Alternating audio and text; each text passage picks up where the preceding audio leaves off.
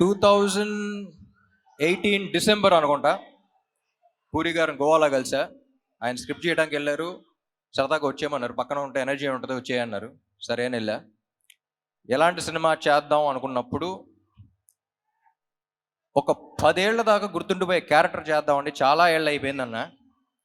అప్పుడు రాశారు ఆయన ఇస్మార్ట్ శంకర్.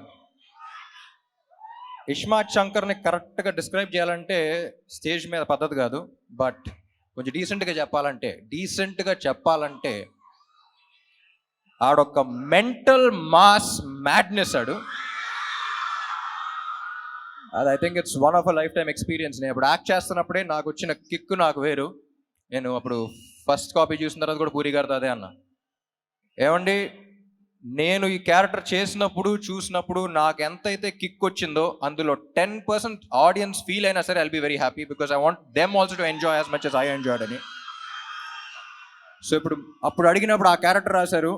ఇప్పుడు ఒక్కటే అడిగా, ఏమండి ఇప్పుడు అలాంటి మెంటల్ మాస్ మ్యాడ్నెస్ ఉన్న క్యారెక్టర్తో ఒక కిక్ యాస్ స్క్రిప్ట్తో పాటు ఉంటే ఎలా ఉంటుంది అనుకున్నాం. సో అప్పుడు ఈ స్క్రిప్ట్ రాశారు ఆయన. అండ్ నాకు తెలిసి ఇప్పుడు దాకా చేసిన సినిమాలన్నిట్లో చాలా టైం తీసుకుని చేశారు ఆయన, అండ్ చాలా కష్టపడ్డారు.